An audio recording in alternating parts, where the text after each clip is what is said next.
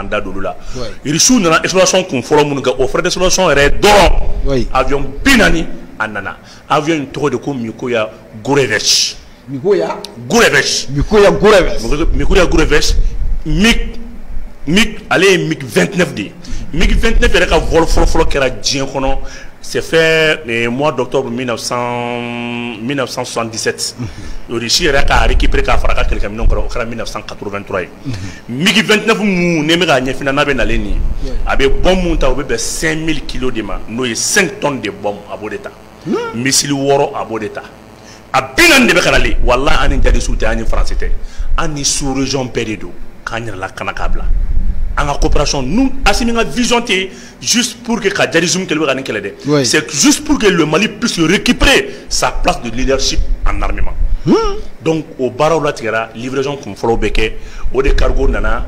et Algérie. Kuna sini. Il va y avoir un peu de là. Cargo nana kuna sini. Donc, cargo nana kaba. Cargo nana fene kakla kana en demain barreau de Obesina. Fait mais S4 nous système de défense nous avons été avec Algérie et le 4e pays mais sera acquis avec la Russie au S400 mon flâner au banc de la Cana donc qu'a fort franciniana qu'a boladi Mali fama ou ya faille anya faille qu'a fort ame domine copie qu'a fort formateur Russie au banc enfin du tuto là en wa wuli ka jom mun kara kosaina ni armée bora ka exploit doké na 12 morgue ka 15 morgue ka 22 morgue ka 38 morgue mais local to folité comme wakati ka tsum doni amé anye émission d'amener retard là amba ka fo ni sonja de be kanali ni sonja be kanali ni sonja be kanali ni sonja be kanali bi ala français malo ala français de ñogon be malo mama be jamana en kona ki ba français soutenir ala be ka malo da kena kam ppp a be malo là mais n'ayant fini bidoni bala de beka fobi burusu kono biala kaliko fenwara mi akila tigi yoro dola France bina domina mondoro mara kono centre era konna la ma fina France nana ka 34 bases jadis détruit 34 bases jadis France era nana arrêta ka foko vraiment ko nimbe en tout comme ko nous keleli pour que nous ça nous déloger ko ça demande des années France de faute fait tout on a un pilon gauche un pilon gauche on fait France n'a ni elko doudi elko nous kun jolendo ka kelenjo sans fait ka kelenjo sans fait ka so kelen la chamachela il mira pour ça c'est pour la toute surveillance aya ka barake France aya ka barake soukelen kata soukeli France tara mulu nyeba ana mba dilu fe ala kama ni mfili la kana clé ni temina mobti la mobti konna la et Daouda satellite be jigini ba ke kitike magala satellite be jigi satellite mbe c'est des milliers de satellites olu shima se ka jadi su dogoli atete quoi mais muyan gwan kamanana wati mina ani français kumena nga information ni anga kuna fulu kumbabulu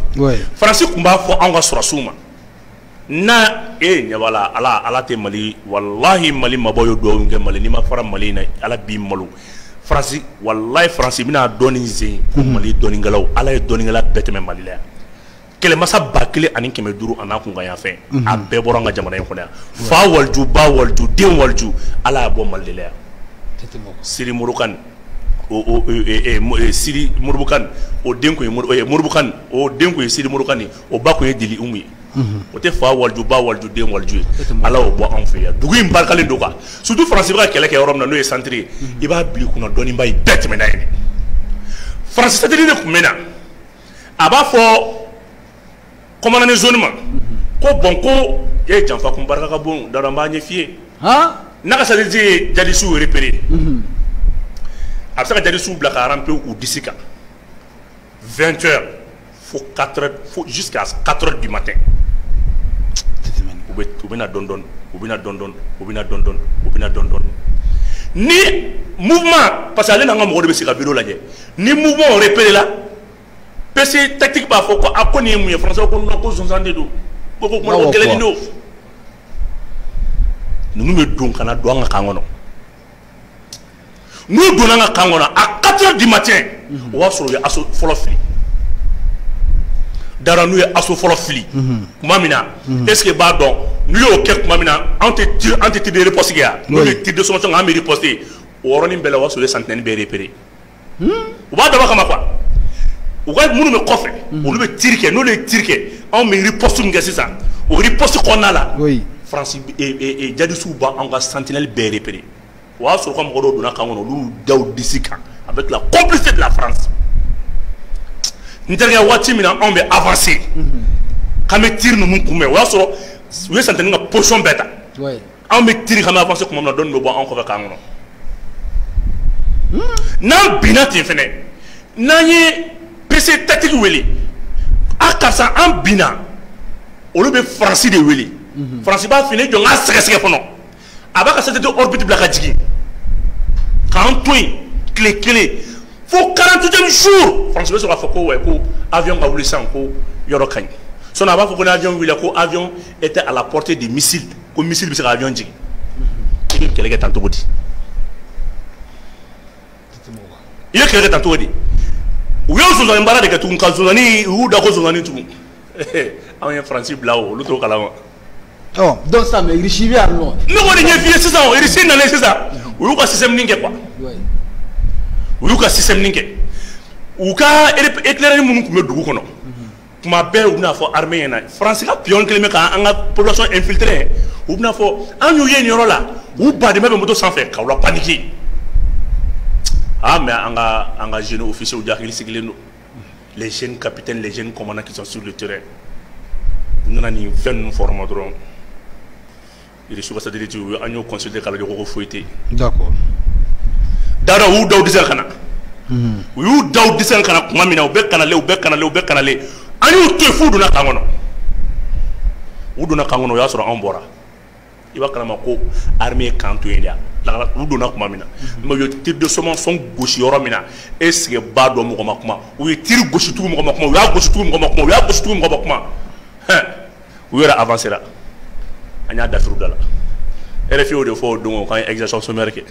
alors ko pili ka propre piège de kono et mo donna kangono prisonnier de guerre le droit aka arma bulu aka gâchette ma vidéo fofo ma ke dara be ne to godi e ba to godi tiens là ou ye tiri so so ngoro ngoto comment ko mo shika na riposte ou ba daba kama ko ni ke to ko ou biga pochon ta i ba so manchare oui ni ke tron don me konna la don ko ni ulta banon anya kanto lu bulu e mana kanno to en état do on détail quand donc et me fomba fouyan quoi c'est fomba tu sais que ni tient me débat donc malien korombol do beto ka ni tient débat bla yele ko minen ko ndala ça fait na ma da nyoko na jina la mali ko fo ka beke yele ko ni la gauche amba kan yera la quoi oui kita saraka boy ni se wo do la do bi ka ke jamana yi wa duti ta la de me fa ka fon la be ba wi ma te saraka boka te me jadi sika ou bien saraka dobe o ba boko kumne te dore ou bien bigan san ka kutu bulu ça fait bigan worte di bigan ti ma barka so kumne len to bulu o kele saraka bodi c'est pour cela il faut que on a tenté ou la benende do sera befe ou la be al ni so si ke san kemeke français formation na na taka daga ba no fe o gino toto fo ibu jadi su be se ka nu ye ku mine ke sanka a kutu bulu o ta kungo kono o se ka kle wolon blake o be wurudi la o be ko sa kelen digana kala du dugudo ma ko dugudo mi to di so suma ko bunya fle dara ni sogo insira mo kono ni kele bi na be to ala jote ye sogo dun o se ka ni saka denduru saka demugay mais an ga mo ko bunya do